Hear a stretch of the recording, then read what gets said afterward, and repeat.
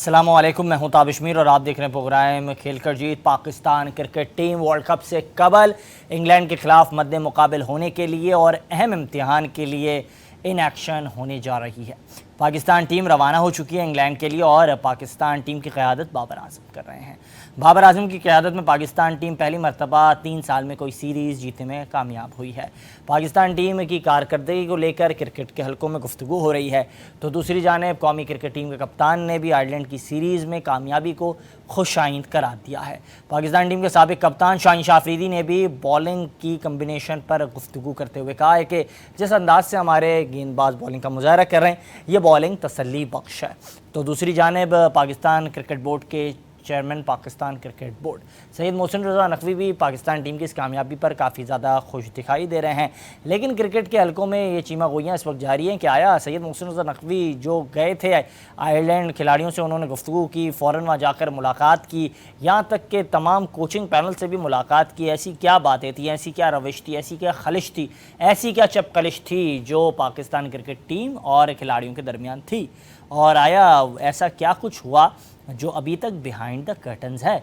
और इन तमाम तर बातों पर गुफ्तगू करेंगे। और बिलखुसूस एक अहम एजेंडा ये है कि आया अब तक तमाम टीमों ने ऐलान कर दिया अपने वर्ल्ड कप के स्क्वाड का, और पाकिस्तान ऐसी क्या तब्दीली करने जा रहा है, ऐसे क्या बड़े नाम सामने आ रहे हैं जिसका अभी तक सबको इंतज़ार है। इन्हीं तमाम तर मौलिकात पर गुफ्तगू करने के लिए हमें स्ट्रेट अवे कनाडा से ज्वाइन किया, किसी तारीफ़ के मोहताज नहीं है, डॉक्टर हफीज़ अवान साहब। इंटरनेशनल एम्पायर के तौर पर भी अपने फ़राइज़ सर अंजाम देते हैं। सर क्या कहेंगे, बाबर आजम की क़यादत एक जाने, बाबर आजम की बैटिंग एक जाने, लेकिन तनकीद भी उन पर हो रही है। 3 साल के अंदर अगर वो एक रिज़ल्ट ला सकते हैं और T20 आईज़ में हम पहली सीरीज़ जीते उनकी क़यादत में, से पहले सीरीज़ ड्रॉ होती है या फिर हम हारते हैं, और वो भी एसोसिएटिव टीम्स होती हैं, तो क्या समझते हैं कि एसोसिएटिव टीम्स और फिर बी या सी कंडीशंस की जो टीम्स आती हैं वो भी हमें हरा के जाती हैं, ड्रॉ करती हैं सीरीज़? जी thank you very much Tabish. सबसे पहली बात तो ये है कि मैं तो खैर बारहा कह चुका हूँ, अब तो जो मेरी तरफ से तो कम से कम ये क्लीशे बन गया है कि भाई T20 में कोई टीम बी नहीं होती, कोई सी नहीं होती। उसी BCD की न्यूजीलैंड की टीम ने आपको 2-2 से बराबर किया, आपने बल्कि बराबर किया, वो तो जीत रहे थे, ठीक है। तो इसलिए BC वाले तो राग अब ख़त्म कर देना चाहिए। क्यों? इसलिए कि T20 इतना छोटा फॉर्मेट है कि इसमें कोई भी टीम किसी भी वक्त क्लिक कर सकती है। कोई एक बैट्समैन परफॉर्म कर जाए तो मैच पलट जाता है, किसी एक बॉलर ने 2-3 विकेटें ले ली, अचानक प्रेशर पड़ गया तो टीम मैच जीत सकती है। तो इसलिए ये कहना गलत है बिल्कुल भी। और फिर यही बात मैं रिपीट कर दूं तो आगे चल के आयरलैंड में भी यही कुछ हुआ कि आयरलैंड में आपने देखा कि एसोसिएटेड टीम है, बी टीम है, ये क्या टीम है, उसमें से भी कुछ प्लेयर मिसिंग है, जैसे जोशुआ लिटल IPL खेल रहे, तो इस तरह उनको भी वो मुयस्सर नहीं थे सारे के सारे प्लेयर। फिर भी उन्होंने पाकिस्तान को पहला मैच हराकर घंटी बचा दी खतरे की। तो इसका मतलब जो खतरे की घंटी बजाई है अवान साहब, ये तो बहुत अलार्मिंग नहीं होगा कि आप छोटी टीमों के खिलाफ भी हारते हैं, एसोसिएट टीम के खिलाफ आप बाबर आजम की क़यादत में हारे हैं, कि लंबी फहरिस्त है, ज़िम्बाब्वे से लेकर अफ़गानिस्तान से लेकर नीदरलैंड्स के ख़िलाफ़ भी सीरीज़ ड्रॉ हुई। फिर आप देखें तो न्यूजीलैंड की जो टीम आई उसको ना सिर्फ मैं कह रहा हूँ, पाकिस्तान क्रिकेट बोर्ड के साबिक चेयरमैन नजम अजीज़ सेठी भी कह रहे हैं कि C क्लास टीम आई थी, और इसके बाद ही गुफ्तगू होना शुरू हुई है। आप देखें 9 खिलाड़ी, उनके जो मेन 9 खिलाड़ी थे, अहम खिलाड़ी थे, जो उनके हथियार थे, वो तो IPL में मसरूफ़ थे, उन्होंने पाकिस्तान को इतनी तरजीह नहीं दी। तो क्या समझते हैं जो टीमें पाकिस्तान का टूर करने आती हैं, जो अपनी B या C टीम बेचती है, क्या उन्हें पता है कि पाकिस्तान के खिलाड़ियों का इतना इम्पैक्ट नहीं है, या फिर वो उतने ज़्यादा सलाहियतमंद नहीं है, या फिर उनकी इतनी अच्छी अप्रोच नहीं है कि वो A टीम क्या हो या C टीम हो, दोनों के खिलाफ एक ही मयार की क्रिकेट खेलती है? देखिए पाकिस्तान का खैर ये अलमिया किसी हद तक तो मैं इससे एग्री करता हूँ, किसी हद तक पार्शली। वो ये है कि पाकिस्तान का ये अलमिया है कि पाकिस्तान जो छोटी टीम है उसको उसी तरह ही खेलता है, खुद भी उनके लेवल पर चला जाता है, उनको अपने लेवल पर नहीं लेके आता, खुद उनके लेवल पर चला जाता है, इसमें कोई। लेकिन इसके साथ साथ भी ताबिश जो सबसे अहम बात है ना, वो ये है कि जब जो अब मौजूदा वक्त है और जो आने वाला वक्त है, खासतौर पर T20 और फ्रेंचाइज क्रिकेट की वजह से बायलैटरल सीरीज वैसे ही गार अहम हो जाएंगी। ये सिर्फ ये नहीं कि न्यूजीलैंड पाकिस्तान में हल्की टीम भेज रहा है या कोई भी कंट्री दूसरे में, अगर इंडिया ऑस्ट्रेलिया इंग्लैंड को छोड़ दे तो बाकी सारी टीमें इसी तरह जाया करेंगी। जहां कहीं लीग हो रही होगी वहां लोग खेलेंगे और बोर्ड भी उनको इजाजत दे देंगे कि ठीक है जी आप खेले, अपने पैसे बनाए, है, क्योंकि आपका कैरियर छोटा है, 5 6 7 साल की क्रिकेट खेलनी है आपने, तो उसमें आप अपने पैसे बना लें, अपना फ्यूचर बना लें। तो इसलिए बायलैटरल सीरीज का फ्यूचर किसी भी शक्ल में क्रिकेट में, T20 ही नहीं बल्कि ओवरऑल क्रिकेट में अगर देखा जाए तो काफी मखदूश नजर आता है मुझे तो। बिल्कुल बिल्कुल, कि आपने बजा आहिस्ता फरमाया। आहिस्ता ये फुटबॉल की तरह रह जाएगा ये सारा का, T20 और फ्रेंचाइज क्रिकेट होगी, और बाकी इसी तरह एक आध वर्ल्ड कप हो जाया करेगा, और टेस्ट क्रिकेट भी हमें आहिस्ता आहिस्ता गुरूब होती हुई नजर आ रही है, मुझे नहीं बिल्कुल लगता। और दूसरा, बिल्कुल जी जी बिल्कुल ठीक फरमाया। अवान साहब हमें ज्वाइन कर चुके हैं, तवक्कुफ़ कीजिएगा। राजा असद साहब किसी तारीफ़ के मोहताज नहीं है, क्रिकेट पर इनकी गहरी निगाहें होती है, शानदार तबसरा करते हैं, लब कुशाई का भी काफ़ी शानदार फ़न जानते हैं। जनाब राजा साहब, जिस तरीके से महरिकात पर गुफ्तगू कर रहे थे डॉक्टर हफीज़ अवान साहब, वो तो यही कह रहे थे कि गुज़रते वक्त के साथ ऐसा लग रहा है कि आईसीसी का वो दबदबा नहीं होगा, बैनुल-अक़वामी सतह पर होने वाली बायलैटरल सीरीज़ की वो अहमियत नहीं होगी, और पाकिस्तान और दीगर ममालिक के दरमियान जो बायलैटरल सीरीज़ होंगी उसकी इतनी अहमियत नहीं होगी, लीग क्रिकेट की अहमियत होगी जिस तरह फ़ुटबॉल होगी। लेकिन इसी से जुड़ता हुआ एक और सवाल आपके सामने रखता हूँ। क्या है, एक जानिब तो ये वर्ल्ड क्रिकेट की बात हो रही है, लेकिन पाकिस्तान क्रिकेट के हवाले से इस वक्त क्रिकेट माहिरीन का मानना है कि जिस तरीके से पाकिस्तान क्रिकेट बोर्ड को डील किया जा रहा है, जिस तरीके से खिलाड़ी पाकिस्तान क्रिकेट को लेकर आगे बढ़ रहे हैं, ऐसा लग रहा है कि पाकिस्तान की हॉकी की तरह लेके ना जाएं। अच्छा जी ताबिश भाई, पहले तो आपका शुक्रिया, और आपकी जो बड़ी पुरमगज़ गुफ्तगू है और आपको ये सवालात हैं वो सुनकर ज़रा तैयारी करके जवाब देना पड़ता है। पहली बात तो ये है, जो हमारा मौजूद सुकल रहता है ना ये टीवी चैनल्स पर, जो साबिक टेस्ट क्रिकेटर तजिया कार गुफ्तगू करते हैं, साबिक टेस्ट क्रिकेटर जो हैं उनका महवर ज़्यादातर सिलेक्शन कमेटी, कोचिंग असाइनमेंट और फिर मजबूरी तौर पर PCB होता। और जो नॉन क्रिकेटर्स हैं वो फिर क्रिकेट बोर्ड के लत्ते लेते रहते हैं। अच्छा, अब जहां तक आपने बात की है, मेरे ख्याल में फीफा जो है अभी बड़ी इन्फ्लुएंशियल है, वर्ल्ड ओलंपिक जो एसोसिएशन है वो बड़ी तगड़ी है, रिचेस्ट बॉडी है, सबसे बड़ी बॉडी है, वो तो खत्म नहीं हुए। एशियन फुटबॉल फेडरेशन भी खत्म नहीं हुई, तो ICC खत्म नहीं होगी मेरे ख्याल में जब तक ग्लोबल इवेंट्स खत्म नहीं होते, यानी वर्ल्ड कप खत्म नहीं होता, चैंपियंस ट्रॉफी खत्म नहीं होती, T20 वर्ल्ड कप खत्म नहीं होता, इस किस्म के इवेंट खत्म नहीं होते। तो फिलहाल फौरी तौर पर खतरा नहीं है। लेकिन वो जो आपने बात की है कि बायलैटरल सीरीज की, उसमें जैसे कि ये भारत की गुंडागर्दी है कि वो रिसोर्सेज की बुनियाद पर फिल वक्त वो अपनी टर्म डिक्लेयर करता रहता है। भारत से मुराद उनका क्रिकेट बोर्ड जो है, इसमें अब ICC को थोड़ा करैक्टर दिखाना होगा। इदारे इसीलिए बनाए जाते हैं कि वो अफराद से, अगर वो मुल्कों से मुतल्लिक इदारे हैं तो वो ऊपर होते हैं। तो इसमें बड़ा जरूरी है कि सूनर और लेटर ICC को कुछ ऐसे कदम उठाने पड़ेंगे कि सिर्फ पैसे के बलबूते पर जो बोर्ड्स हैं वो क्रिकेट को हाईजैक ना करें। अभी आपने देख ही लिया कि इंग्लैंड के 4 सरकर्दा खिलाड़ी जो हैं वो बेंगलुरु को और राजस्थान रॉयल्स को छोड़ के अपने वतन वापस लौट गए हैं। पैसों की सबको जरूरत है, वो बटलर हो या फखर जमान हो या फिर स्मिथ हो या फिर नहीं, बिल्कुल आपने बड़ा खूबसूरत अंदाज से गुफ्तगू की इस मामले पर, और आपने बिल्कुल शानदार अंदाज से तफसीली तौर पर इसको बयान किया मामले को। लेकिन अवान साहब, मैं आपसे ये सवाल करता हूँ, एक जानिब बात की जाती है कि तमाम जो खिलाड़ी हैं उनकी नज़रें होती हैं बैनुल अक़वामी लीग्स पर, उनकी कोशिश होती है कि उन लीग्स का हिस्सा बने, ज़्यादा से ज़्यादा आमदनी कमाएं। लेकिन दूसरी जानिब अगर बात की जाए, इंग्लैंड ने जिस तरीके से मिसाल अदा की, उनके तमाम तर खिलाड़ी वर्ल्ड कप से पहले अपनी टीम के साथ जेल हो जाएंगे, वो पाकिस्तान के ख़िलाफ़ इन एक्शन होंगे। उन्होंने पहले वर्ल्ड कप के स्क्वाड का भी ऐलान कर दिया। अब पाकिस्तान की जो 7 रुकनी सिलेक्शन कमेटी है, मेरे प्रोग्राम में मोहम्मद खलील साबिक टेस्ट क्रिकेटर मौजूद थे, उन्होंने कहा सिर्फ नकवी साहब और 4 लोगों का ऐलान कर देते थे, ये भी मेहरबानी कर देते तो ये 7 नहीं 11 रुकनी हो जाती, एक और टीम आप भेज देते पाकिस्तान टीम के साथ। दूसरा ये कि ये जो तमाम बातें तो एक जानिब हैं, लेकिन जिस तरीके से इंग्लैंड के खिलाड़ियों को एहसास है उनकी नेशनल ड्यूटी क्या होनी है, पाकिस्तान क्रिकेट टीम के खिलाड़ी 2023 वर्ल्ड कप में ड्रेसिंग रूम में बस यही बातें हो रही थी कि किसको NOC मिलेगी, कि कौन सी लीग की मिल चुकी है, किस लीग की मिलनी चाहिए, इन्हीं मामलात पर और सेंट्रल कॉन्ट्रैक्ट पर बहस हो रही थी, और हम वर्ल्ड कप हार गए थे। तो अभी तक अपने हम ज़ाती मफादात से ही बाहर नहीं निकल रहे हैं, और दीगर खिलाड़ी जो है वो अपने ज़ाती मफादात को पथे पुश रख के अपनी टीम के साथ खड़े? ताबिश इसमें जो सबसे इम्पोर्टेंट फैक्टर है जिस पे बारहा गुफ्तगू कम से कम मैं तो करता रहता हूँ वो ये है कि ग्रूमिंग और मेंटरशिप।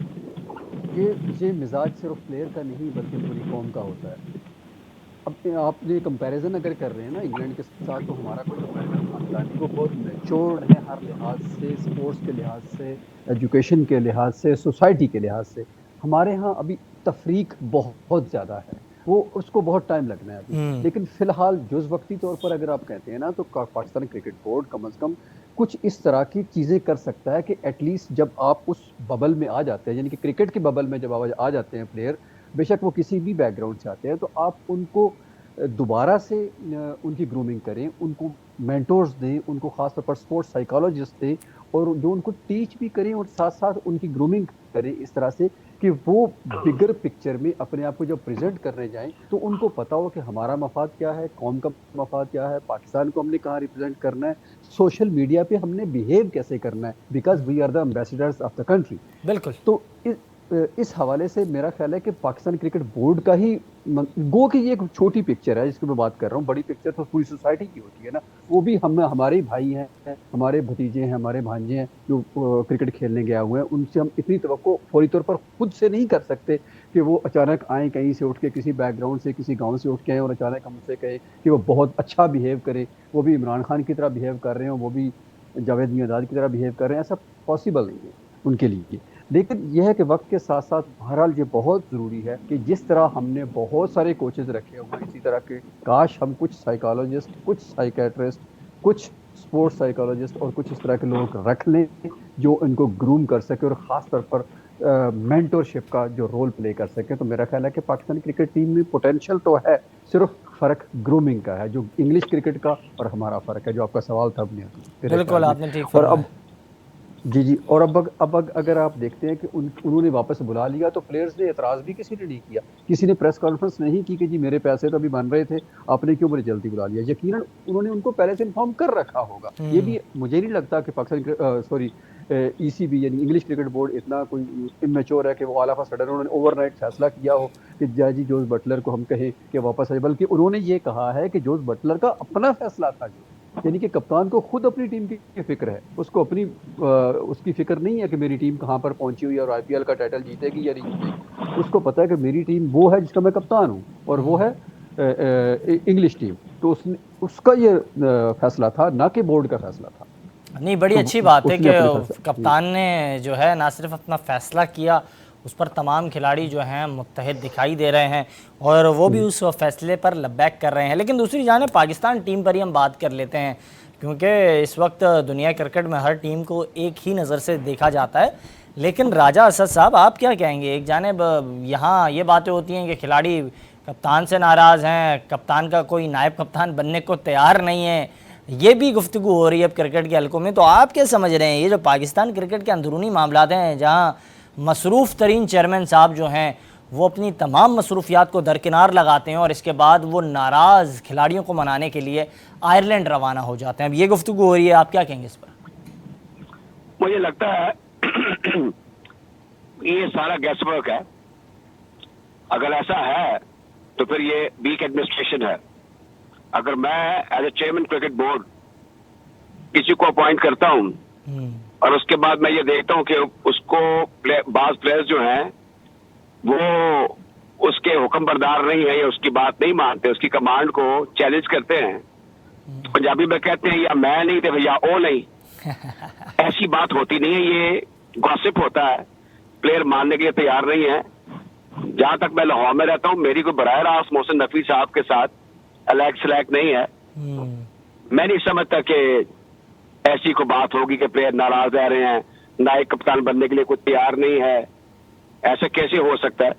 ये तभी होगा जब हमारी क्रिकेट जो है वो समय के किनारे पर होगी। एक बड़ा नुक्ता ये कि आपको ऐलान कर देना था इस सीरीज से कबल, आपको नायब कप्तान से मुताबिक ऐलान कर देना। बातें ठीक नहीं है, ये बात आपकी ठीक है कि अभी तक तो इनको अपने 11 फाइनल कर लेने चाहिए थे, उससे भी डिले है। टीम के बारे में सुना है कि इन्होंने कुछ नाम दे दिए ICC को 16 के करीब, ये सुनी सुनाई बातें हैं। तो अब इसमें ये डिले हुई है, ये डिले अनकॉल्ड फॉर है, इसको नहीं होना चाहिए था। और आपको भी पता है, मुझे भी पता है। मुझे ये बताइएगा, ये अक्सर ये जो डिले होता है राजा साहब, आपसे भी ये पॉइंट ऑफ व्यू जानूंगा, फिर इसके बाद मैं अवान साहब से भी ये बात करूंगा। ये जो डिले होता है, ये डिले टैक्टिक्स के बाद हम देखते हैं नताइज क्या आते हैं। नताइज ये आते हैं कि आप कोई ना कोई पैराशूटर को देखते हैं टीम के अंदर। ये माजी में बात कर रहे हैं, इसमें दूसरी राय नहीं है। जैसे मैं समझता हूँ कि हसन अली का नाम जो है वो बिला वजह अंदर डाल दिया गया है। वो बड़े अच्छे, एक जमाने में बड़े पेनिट्रेटिव फास्ट बॉलर थे, बैटर भी अच्छे थे, लेकिन उनसे नहीं परफॉर्म हो रहा। तो मैं हैरत अंगेज हद तक मुझे समझ में नहीं आ रही कि उनका नाम फिर कैसे आ गया 18 में। 18 में जाने की जरूरत क्या थी? ये भी, इसके आगे भी क्वेश्चन मार्क है। इसको एक्सप्लेन करना चाहिए कि ऐसा क्यों हो रहा है। 18 आप ले गए वहां पर, और फिर 4 प्लेयर ऐसे जिनको आपने वैसे ही लगता है कि साइड पे रखा हुआ है, उनमें से कुछ खेले भी नहीं और वैसे ही वापस आ जाएंगे। इंग्लैंड के खिलाफ अब जाहिर है कि ये अगरचे इंग्लैंड जो है पाकिस्तान में तो सीरीज जीत के जा चुका है, लेकिन उसकी ग्लोबल जो ट्रैवलिंग है in terms of T20 cricket वो इतनी शानदार नहीं है। तो लेकिन अपने मुल्क में बहुत मुश्किल टीम है। अब इसमें क्या होगा, किसको मौका मिलेगा? अब इसमें कुछ फेलियर्स भी होंगे, किसी पे अनड्यू प्रेशर डालना है, किसी को बात बैठाना है, कोई जवाब तलाश करना है। That remain to be seen. बिल्कुल, ये एक अहम नुक्ता होगा, बिल्कुल वजह फरमाया। सर तवक्कुफ कीजिएगा, अवान साहब आप इस पर क्या कमेंट करेंगे, क्या समझ रहे हैं? अब जो बाबर के नाक़िद है वो तो उंगलियां उठा रहे हैं और कह रहे हैं जिस तरीके से हमने देखा आयरलैंड सीरीज़ में इन एक्शन हो गए थे हसन अली, एक बार फिर से बाबर की दोस्तियां वफादारियों में तब्दील हो जाएंगी। तो आप क्या समझते हैं, बाबर की दोस्तियां वफादारियों में तब्दील होने जा रही हैं? यार ताबिश, मैं वैसे इस तरह की जो साजिशी थ्योरीज है ना, इसका बायर हूँ ही नहीं सिरे से। कि ये इस तरह की जो है ना, हमने शाम को दुकान लगानी होती है, तो टीवी वालों ने, यूट्यूबर्स ने, हमने अपने अपने पेट भरने होते हैं, तो कुछ ना कुछ उसमें स्टफ हमें चाहिए होता है। तो इस तरह की बहुत सारी गॉसिप्स को हम हवा देते हैं। मेरा नहीं ख्याल कि तो ऐसा आप नहीं समझ रहे इस वक्त मेरिट पर टीम बनेगी? ये जो 7 रुकनी सिलेक्शन कमेटी है मेरिट पर फैसले कर लेगी, क्योंकि इनके पास कोई सरबराह ही नहीं है। जब आपके घर का कोई सरबराह नहीं होता तो फिर घर चलता ही नहीं है। अब 7 रुकनी सिलेक्शन कमेटी है, सबके पावर एक जैसे हैं। वो आया बिलाल अफजल हो, वो आया वहाब रियाज हो, वो असद शफीक हो, वो मोहम्मद यूसुफ हो, या फिर अब्दुल रज़ाक हो, या फिर कौमी टीम के कप्तान हो, और या फिर वो हेड कोच हो जो अब तक पाकिस्तान आए नहीं है लेकिन उनके बयानात आ रहे हैं। देखिए ताबिश, इसमें जो सबसे अहम नुकता है ना, कि पहली बात तो यह है कि इसमें ठीक है अनाउंस्ड कोई हेड नहीं है, लेकिन है तो सही नहीं है तो सामने नजर आ रहा है। वहां पर आज बैठे हुए हैं कि जब वो मोहम्मद यूसुफ सवाल का जवाब देने लगते हैं तो उससे भी ले लेते हैं माइक के, जी मैं दे देता हूँ जवाब इसका। अब्दुल रज़ाक से भी माइक ले लेते हैं, इस तरह करते रहते हैं। और वो दाएं बाएं बैठे हुए नजर आ रहे हैं कि वो हरकारे हैं। और ये भी तासुर सामने आ रहा है। अवान साहब काइंडली इस पर भी नुक्ता नज़र करिएगा, उस पर भी गुफ्तगू कीजिएगा कि एक जानिब जो गुफ्तगू वहाब रियाज की होती है, जुमला बा जुमला वही गुफ्तगू बाबर आज़म की भी होती है। तो इसका मतलब है बाबर आज़म जिस नज़रिए पर बात करते हैं उसी नज़रिए को 101 जो है अमल दरामद करवाते हैं वहाब रियाज। ये भी एक सोच क्रिकेट के हल्कों में पाई जा रही है, इस पर आपका क्या मौक़िफ़ है? देखिए, अगर तो आप बाबर को इतना पावरफुल समझ रहे हैं या कह रहे हैं, नहीं ये चीज़ सामने आ रही है। बासित अली साहब ने कहा, सिकंदर बख्त ने कहा, दीगर टेस्ट क्रिकेटर्स कह रहे हैं, तो मैंने कहा आपसे ये जान लो। नहीं देखिए, खैर सिकंदर बख्त साहब या बासित भाई बड़े प्लेयर हैं, मतलब मेरी हैसियत उनके सामने क्या, उनका अपना मौक़िफ़ है, मेरा अपना मौक़िफ़ है। मैं उनको निगेट नहीं कर रहा या उनकी हिमायत नहीं कर रहा, लेकिन मेरा कहने का मतलब यह है कि 7 रुकनी कमेटी जिसका आप 3 दफ़ा तज़किरा कर चुके हैं गुफ्तगू में अब तक, अगर 7 रुकनी कमेटी है तो बाबर उसमें एक मेंबर है ना, उसका एक वोट है। अगर 7-6 वोट एक तरफ पड़ जाएं तो बाबर का वोट तो कुछ नहीं कर सकता। वो हसन अली को कैसे वापस ले आएगा, या वो शादाब को कैसे टीम में बरकरार रखेगा? अगर शादाब 4 ओवर में 54 रन देगा तो आप उसको वो जो स्क्वाड देंगे उसमें से खिलाना है।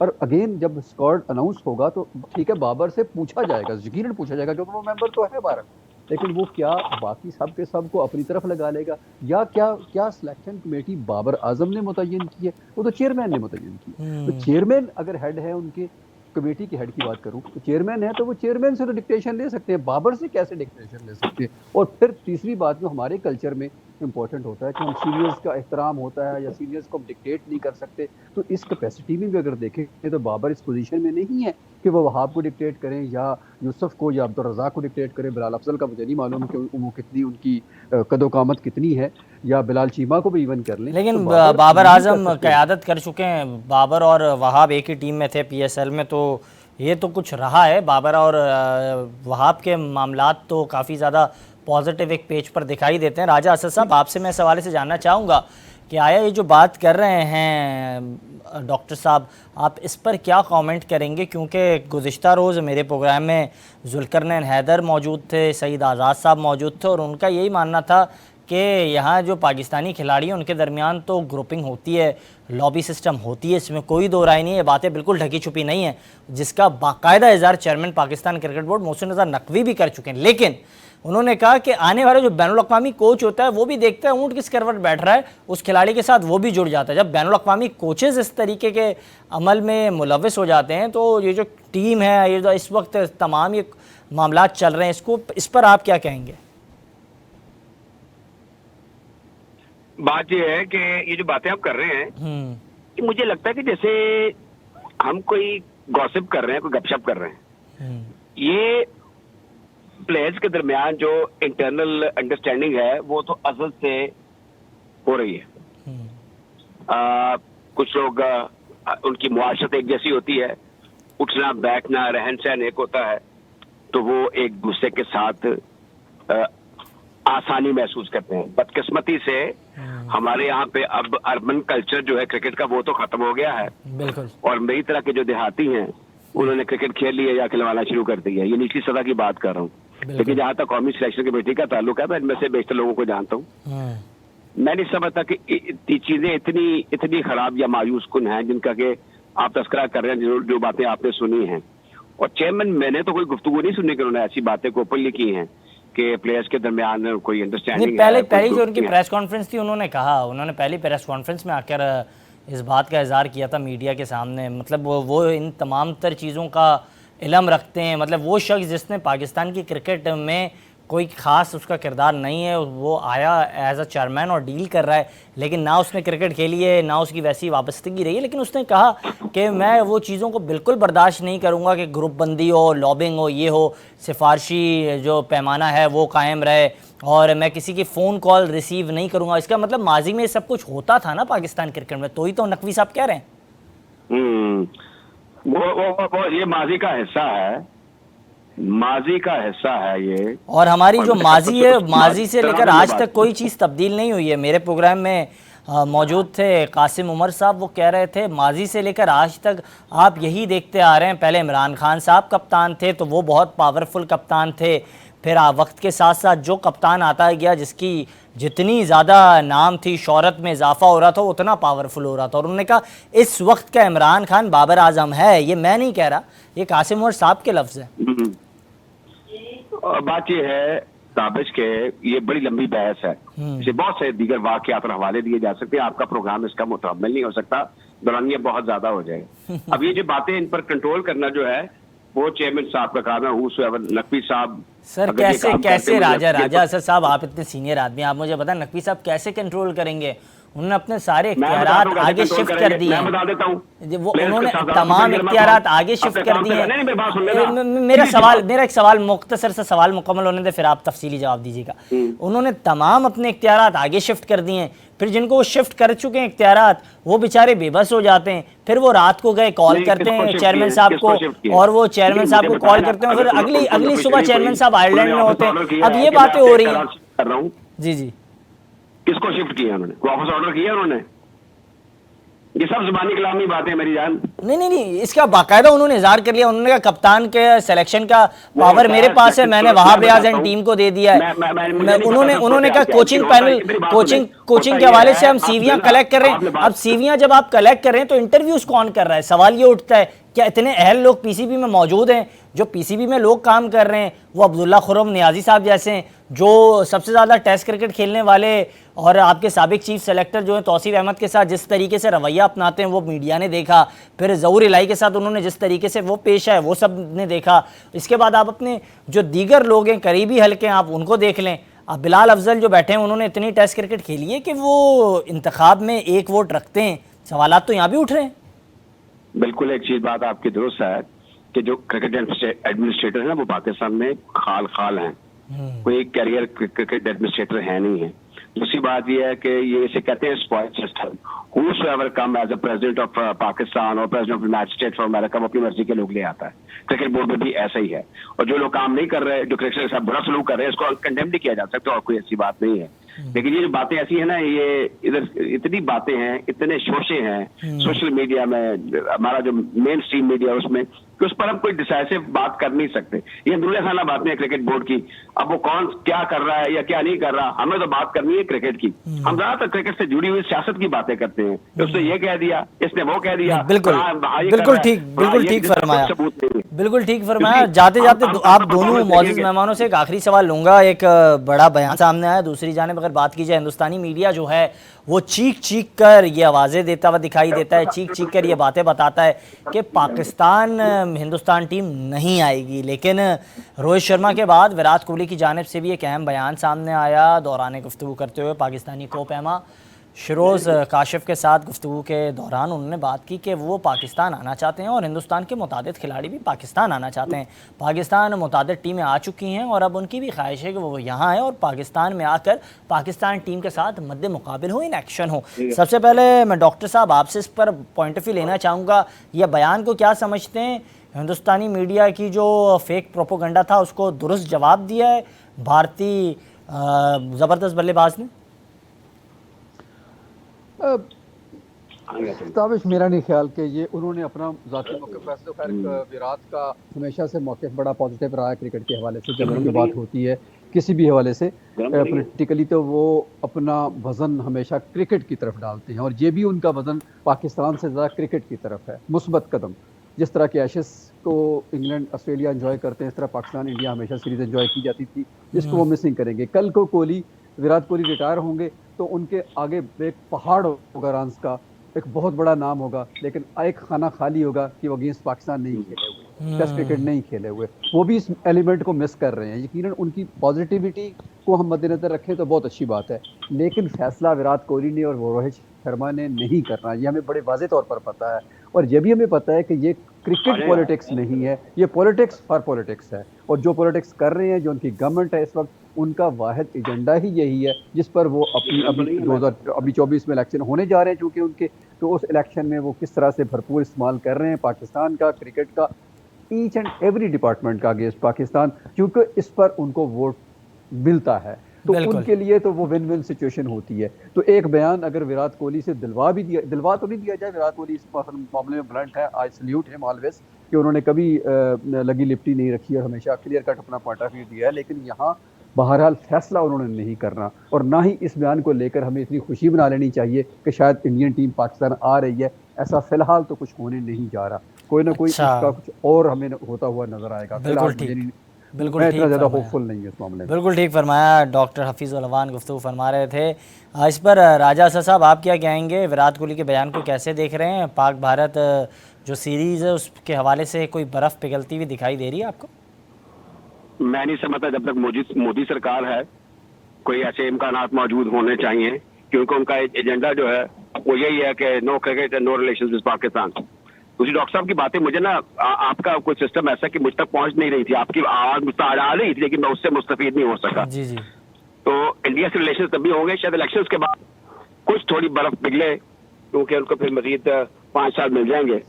लेकिन अभी तो फिर बात करना कबल अज़ वक्त होगा। कबल अज़ वक्त होगा। पाकिस्तान बा मुकाबला हिंदुस्तान कब होगा, इस पर बात करना अब कबल अज़ वक्त होगा। बड़े खूबसूरत अंदाज से गुफ्तगू की है जनाब राजा असद साहब ने, और डॉक्टर हफीज़ उल अवान साहब हमारे साथ मौजूद थे और आपने उनकी गुफ्तगू भी मुलाहिज़ा फरमाई। हमारे दोनों मौजूद मेहमान जो है इस हवाले से गुफ्तगू कर रहे थे। आप दोनों का बहुत बहुत शुक्रिया। ये था हमारा आज का प्रोग्राम।